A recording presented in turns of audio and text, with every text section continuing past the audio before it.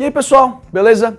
Bem-vindo à revisão Enem de Física. Meu nome é professor Bruno e eu vou ensinar um pouquinho de física aí para vocês, dar uma relembrada geral aqui para você tirar a nota máxima no Enem. Vamos lá? Primeira questão aqui, ó, é do Enem do ano passado, tudo bem? Vamos ler juntos aqui, ó. A tecnologia de comunicação da etiqueta RFID é usada há anos para rastrear gado, vagões de trem, bagagem aérea e carros nos pedágios. Um modelo mais barato dessas etiquetas pode funcionar sem baterias e é constituído por 3 componentes: um microprocessador de silício, uma bobina de metal feita de cobre ou de alumínio, que é enrolada em um padrão circular, e um encapsulador, que é um material de vidro ou polímero envolvendo o microprocessador e a bobina. Na presença de um campo de radiofrequência gerado pelo leitor, a etiqueta transmite sinais. A distância de leitura é determinada pelo tamanho da bobina e pela potência da onda de rádio emitida pelo leitor. A etiqueta funciona sem pilhas, porque o campo elétrico da onda de rádio agita os elétrons, o campo elétrico da onda de rádio cria uma tensão na bobina, o campo magnético da onda de rádio induz corrente na bobina, o campo magnético da onda de rádio aquece os fios da bobina, e o campo magnético da onda de rádio diminui a ressonância no interior da bobina. Esse problema é o quê? De novo, ele fala do RFD, é uma etiquetazinha que funciona quando você aproxima do leitor, ela tem corrente elétrica suficiente, mesmo se você não colocar pilha nela. Como que você faz algo funcionar sem colocar uma pilha e ele precisa de eletricidade? Vamos lembrar de 2 coisas importantes. Elas estão aqui, ó. Primeiro, lei de Faraday. A força eletromotriz induzida vai depender do campo magnético que aumenta ou diminui no interior de uma espira. Observe que se você tem um ímã se movendo para dentro da espira ou para fora da espira, um leitor de voltagem, ele mede, ele detecta uma certa voltagem. Essa letra aqui é o que a gente usa para força eletromotriz induzida. Isso aqui é uma voltagem. Você literalmente consegue uma voltagem quando há uma variação do fluxo magnético conforme o tempo passa. Variação do fluxo magnético é, por exemplo, o campo magnético gerado por um ímã se aproximando de uma espira, ele vai aumentando conforme o tempo passa. Campo elétrico aumentando dentro da espira faz aparecer uma voltagem. Só que no nosso problema, eu não estou me aproximando de um ímã. O que eu tenho para fazer isso? Eu tenho a tal de onda eletromagnética de rádio. O que é uma onda eletromagnética? É uma combinação de campos magnéticos e campos elétricos oscilando. Então o campo magnético, representado em azul aqui, ele oscila numa direção, por exemplo, horizontal, enquanto que o campo elétrico, representado em vermelho, oscila numa direção vertical. Esses campos são sempre perpendiculares um ao outro. Mas o objetivo aqui é o quê? Na onda eletromagnética de rádio, que é emitida pelo próprio leitor do RFID, essa onda de rádio, ela tem um campo magnético que está variando. E você sabe que quando existe uma variação de um fluxo magnético, existe a possibilidade de você ter voltagem. Então a ideia é, uma onda eletromagnética pode gerar uma corrente elétrica ou uma voltagem elétrica também, porque o campo magnético ele fica oscilando. Então qual é a resposta certa aqui? Por que aquela etiquetinha funciona sem pilha? Porque o campo magnético da onda de rádio induz uma corrente na bobina. Belezinha? Vamos para a próxima questão. Outra do Enem do ano passado. Agora, falando sobre mecânica, certo? Um projetista deseja construir um brinquedo que lance um pequeno cubo ao longo de um trilho horizontal. E o dispositivo precisa oferecer a opção de mudar a velocidade de lançamento. Para isso, ele utiliza uma mola e um trilho onde o atrito pode ser desprezado conforme a figura. Tem uma mola, tem um cubo, tem um trilho. Para que a velocidade de lançamento do cubo seja aumentada 4 vezes, o projetista deve... Eu quero aumentar a velocidade, vamos ver. As opções que ele me dá fala em manter a mesma mola e aumentar 2 vezes a deformação, manter a mesma mola e aumentar 4 vezes a deformação, manter a mesma mola e aumentar 16 vezes a deformação, trocar a mola por outra de constante elástica, 2 vezes maior, e manter a deformação, ou trocar a mola por outra de constante elástica, 4 vezes maior, e manter a deformação. Vamos olhar o desenho de novo. Eu tenho uma mola, um cubo. O que vai acontecer quando eu pego esse cubo e eu contraio ele contra a mola? O que vai acontecer essa mola vai armazenar energia potencial elástica. E aí, quando eu contraio a mola junto com o cubo, ela está armazenando energia elástica. Quando eu largo, o que vai acontecer? A mola ela vai empurrar o cubo e ele vai para a direita, certo? A energia que estava armazenada na mola, ela será dada para o cubo. E aí o cubo ele sai com uma certa velocidade. Ou seja, o cubo ele vai adquirir energia cinética. Da onde veio a energia cinética do cubo? Veio lá da energia potencial da mola.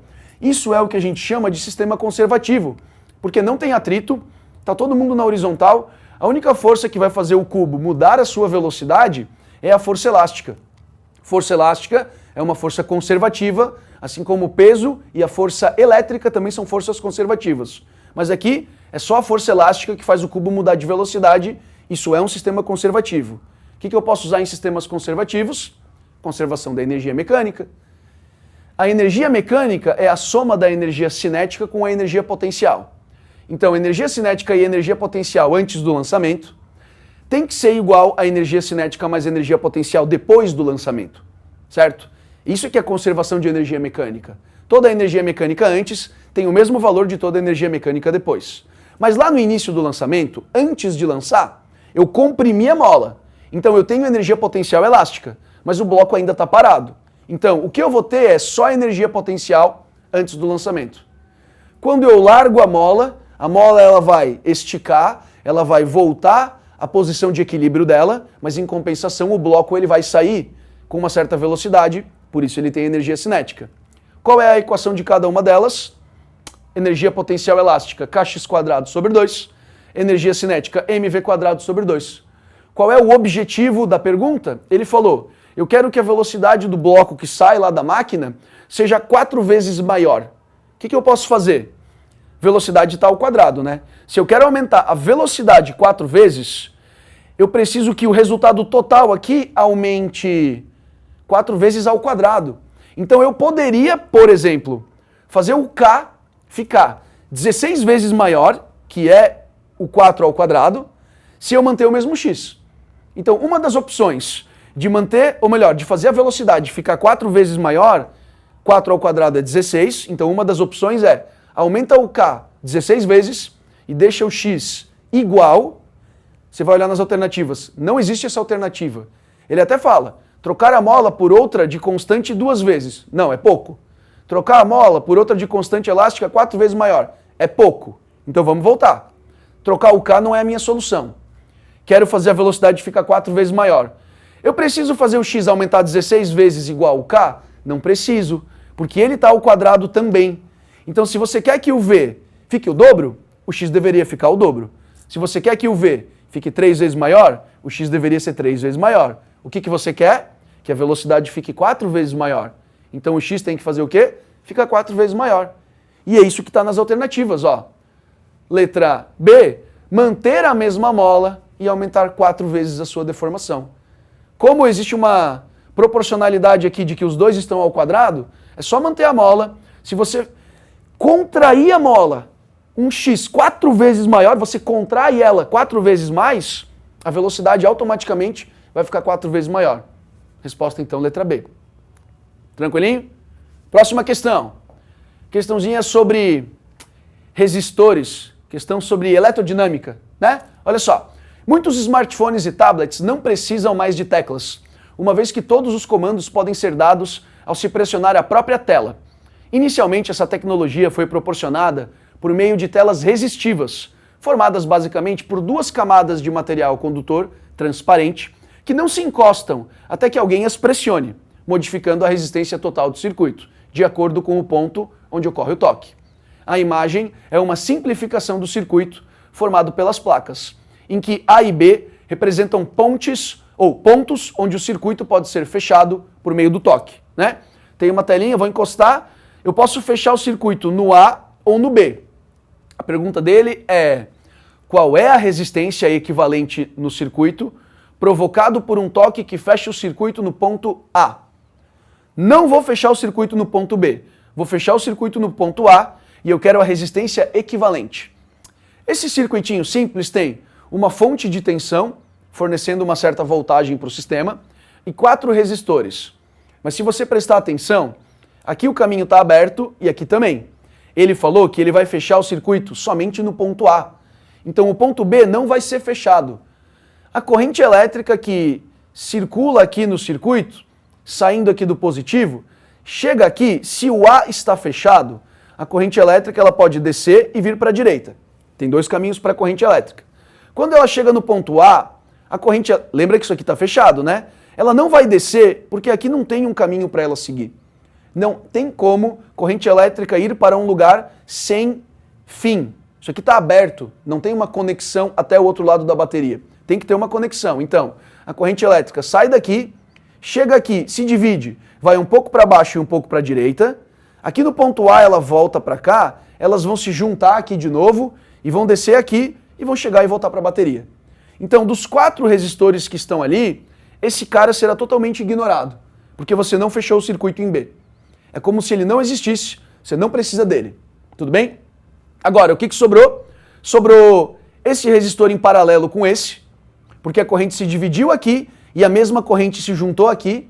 Então, esses dois resistores estão em paralelo por causa disso. E esses resistores em paralelo, eles estão em série com esse outro 4 kΩ. A pergunta dele é qual é a resistência equivalente disso tudo? E aí ele dá algumas opções. O que você precisa saber? Que quando você tem 2 resistores, você pode associar eles em série ou em paralelo. Se você tem 2 resistores em série, a resistência equivalente é só a soma dos dois. Bem simples. Tem um resistor de 7 ohms e outro de 3 ohms. Em série, soma, vai dar 10. Pronto. Agora, se eles estiverem em paralelo, o que você vai ter que fazer? A resistência equivalente de 2 resistores em paralelo é a regra do produto pela soma. Tem até outra fórmula que você deve lembrar. 1 sobre R equivalente é 1 sobre R1 mais 1 sobre R2, mas isso aqui já é a fórmula mais direta. Regra do produto pela soma. Produto é a multiplicação e a soma deles aqui. Então, se você tiver um resistor de 6 e um resistor de 3 em paralelo, quanto que isso vai dar? 6 vezes 3 dividido por 6 mais 3. 6 vezes 3, 18. 6 mais 3, 9. 18 dividido por 9, 2. Pronto. Bem prático essa regra. Tudo bem? Série, você soma. Paralelo, você faz produto pela soma. Vamos voltar na imagem então. Esses dois estão em paralelo. Paralelo vai ser produto pela soma. Produto 4 vezes 4 vai dar 16. Dividido pela soma. 4 mais 4 é 8. 16 dividido por 8 vai dar 2. Então esses caras em paralelo têm uma resistência de 2. Essa resistência de 2 está em série com essa de 4. Está direto uma atrás da outra. 2 em série com 4 é só somar. 2 mais 4, você vai ter uma resistência de 6 kΩ. Tranquilo? Ah, e se o meu sistema tiver mais resistores? Se eu tiver 4 resistores em paralelo, o que você faz? Junta 2 de cada vez. Você tem 4. Você pode juntar esses 2, aí você vai ficar com o equivalente. Junta o equivalente com o terceiro, vai ter outro equivalente. Junta esse com esse. Vai fazendo de 2 em 2. Regra do produto pela soma. Multiplicação pela soma. É mais rápido. Belezinha? Vamos para a próxima questão aqui então. Alguns peixes, como o poraquê, a enguia elétrica da Amazônia, podem produzir uma corrente elétrica quando se encontram em perigo. Um poraquê de 1 metro de comprimento em perigo produz uma corrente em torno de 2 amperes e uma voltagem de 600 volts. O quadro apresenta a potência aproximada de equipamentos elétricos. Ele dá aqui, né? A potência aproximada de um exaustor é 150 watts, computador 300 watts, aspirador de pó 600 watts, churrasqueira elétrica 1.200 watts, secadora de roupas 3.600 watts. Beleza, deu uma tabelinha. O que ele fala? O equipamento elétrico que tem potência similar àquela produzida por esse peixe em perigo é o... Qual é o equipamento elétrico que tem uma potência parecida com a do peixe em perigo? Como assim a potência do peixe em perigo? Ele falou que quando o peixe está em perigo, ele consegue produzir uma corrente de 2 amperes e uma diferença de potencial de 600 volts. Como é que eu acho uma potência disso? Equação mais simples lá da elétrica que tem a ver com potência. Potência é diferença de potencial vezes corrente, U vezes I. Qual é o U nesse caso? Ué, é os 600 volts que ele produz? Ele falou que ele produz uma voltagem de 600. E a corrente que passa pelo peixe? 2 amperes. 600 multiplicado por 2. 600 vezes 2 dá 1.200. Aí você olha para a tabela. Quem é que está mais próximo disso? Existe um valor exato aqui, ó. Churrasqueira elétrica tem uma potência de 1.200 watts. Poraquê em perigo também tem uma potência de 1.200 watts. Fechou. Essa é a sua resposta. Qual é o equipamento mais parecido com o poraquê em perigo? Churrasqueira elétrica. Meio estranho, né? Mas a ideia é, como o Enem ele não fornece muitas fórmulas, na verdade ele não fornece nenhuma fórmula, né? O que vai acontecer é, ele não cobra às vezes contas tão elaboradas. Porque isso aqui é uma coisa que você tem que lembrar, que a potência é U vezes I. Tudo bem?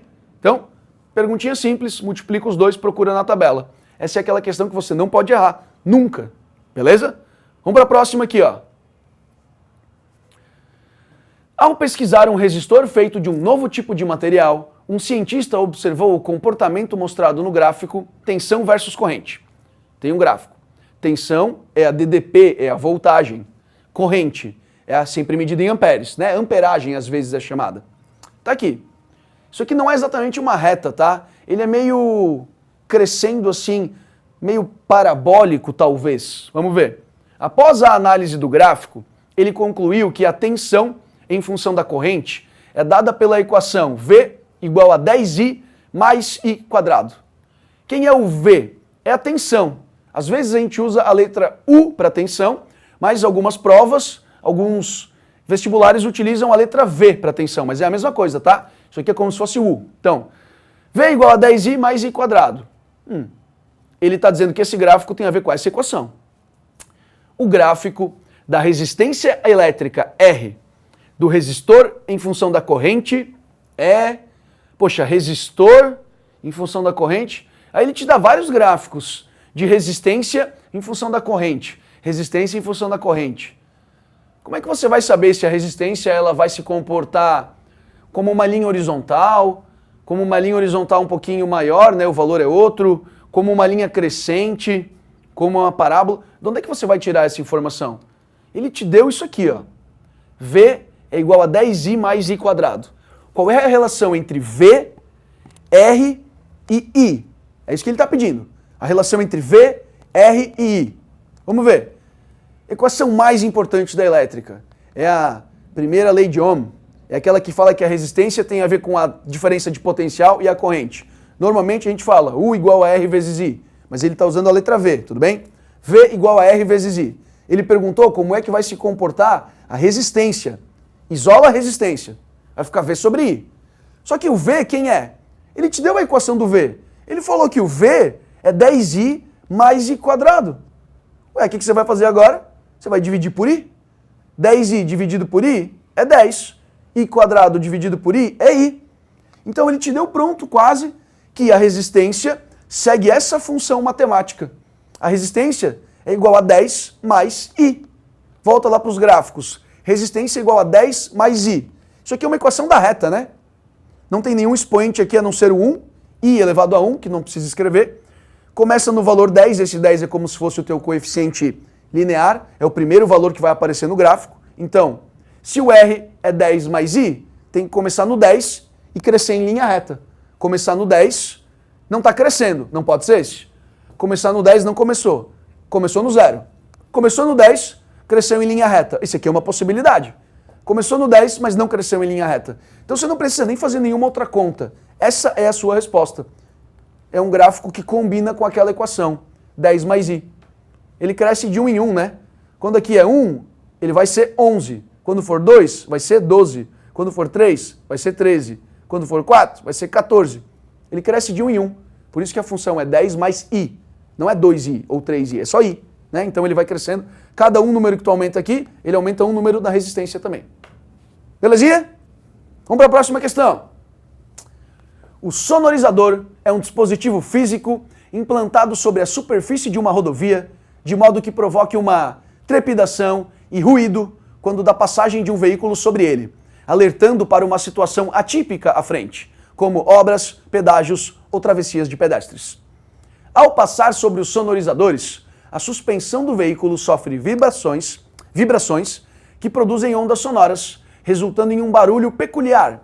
Considere um veículo que passe com velocidade constante, igual a 108 km por hora, sobre um sonorizador, cujas faixas estão separadas por uma distância de 8 centímetros. A frequência de vibração do automóvel percebida pelo condutor durante a passagem nesse sonorizador é mais próxima de... Ele dá umas opções ali, ó, de frequência. Lembra que frequência se mede em hertz. É quantas vezes aquele negócio ele se repete por segundo. Volta um pouquinho. O que é isso aqui? O carro está se movendo. Conforme ele se move, existem umas trepidações no chão. É como se tivesse, sei lá, várias coisas no chão que são um pouquinho altas e quando o carro passa, o pneu bate naquelas coisas.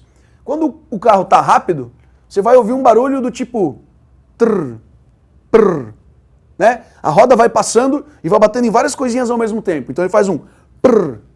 E é isso que ele está falando. Qual é a frequência desse barulhinho, dessa batida, pá, pá, pá, pá, pá, que acontece quando a roda bate no sonorizador? A distância entre cada sonorizador é 8 centímetros. A velocidade do carro é 108 km por hora. Primeiro, tem que passar tudo para o sistema internacional para conseguir conversar direitinho. 108 km por hora, lembra? Você tem que sempre dividir por 3,6 para passar de quilômetro por hora para metro por segundo. 108 km por hora é o número que aparece bastante, porque ele vai ser exatamente 30 metros por segundo, tá? 8 centímetros de centímetro para metro, você tem que dividir por 100. Vai ficar 0,08 metros. E aí você quer saber qual é a frequência que você está batendo naqueles sonorizadores, né? Vamos usar a equação simples que tem a ver com a velocidade, ó. Velocidade é a distância sobre tempo. Você sabe disso. Ele não falou que o automóvel está ficando mais rápido ou mais devagar. Ele só falou que a velocidade do automóvel é 108 km por hora. Entre um sonorizador e outro, você tem a distância de 0,08 metros. Velocidade é 30 metros por segundo, 0,08 metros é a distância entre um sonorizador e outro. O que é esse ΔT? É o tempo que vai demorar para a roda ir de um sonorizador ao outro. Mas a roda ela não faz isso uma vez só, né? Ela vai se repetir várias vezes. Ela vai bater num, bater no outro, bater no outro, bater no outro. Se a velocidade do carro não mudar, esse ΔT vai ser sempre o mesmo. Sei lá, vai demorar 2 milissegundos para chegar num sonorizador. Vai demorar mais 2 milissegundos para chegar no próximo. Vai demorar mais 2 milissegundos para chegar no próximo, certo? Então eu posso chamar isso aqui de período daquele meu barulho. Período é o tempo necessário para uma coisa acontecer uma vez antes de se repetir. Eu sei que é algo que vai repetir várias vezes, o tempo de uma única repetição eu chamo de período. E aí eu isolei, né? Passo o período para cá, passo o 30 para lá, fica nesse formato. Só que ele perguntou qual é a frequência que eu ouço aquilo. Qual é a frequência com que tem essas batidas no sonorizador? Eu posso substituir período por 1 sobre frequência.